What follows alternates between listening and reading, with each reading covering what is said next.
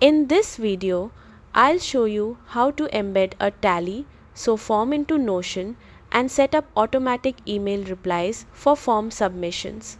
It's simple and works great for contact forms, lead capture, or onboarding. First, open your browser and log into your Tally. So, account. Create your form by adding the fields you need. Then publish it once everything looks good. After publishing, open the Share tab and select the Embed option. Copy the embed link provided.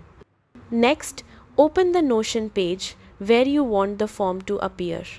Type Embed, choose the embed block, paste the Tally embed link, and click Create Embed. Your form will now appear directly inside Notion and you can resize it to fit your layout. Now, let's enable the auto email reply. Go back to your form in Tally, open form settings, and turn on respondent email notifications. Customize the email message with a thank you note, confirmation, or next steps. Keep in mind that auto email replies require a Tally Pro plan. That's it, you've successfully embedded a Tally. So form into Notion and set up automatic email replies to respondents.